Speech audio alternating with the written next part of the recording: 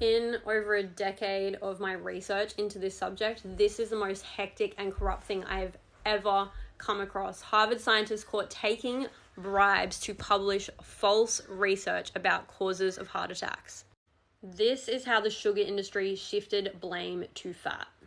The sugar industry paid scientists in the 1960s to play down the link between sugar and heart disease and promote saturated fat as the culprit instead.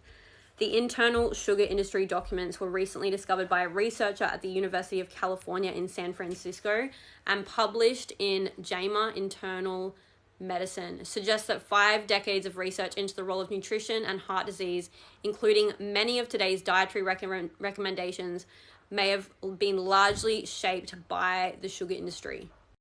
Documents show that a trade group called the Sugar Research Foundation, known today as the Sugar Association, paid 3 scientists the equivalent of around $50,000 in today's dollars to publish a 1967 review of research on sugar, fat, and heart disease.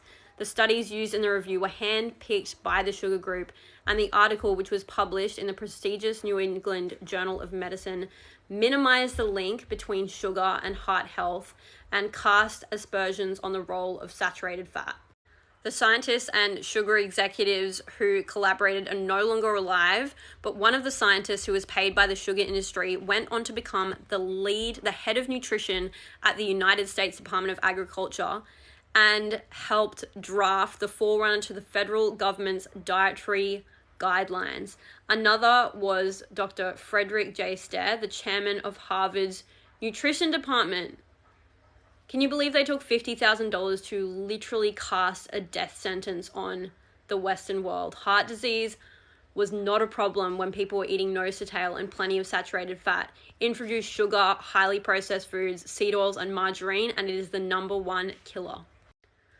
A quote said, when manufacturers reduced fat, they added sugar, and we've lost a significant amount of time in evaluating how sugar affects coronary heart disease, but it is impossible to measure the actual impact on public health over the last 5 decades.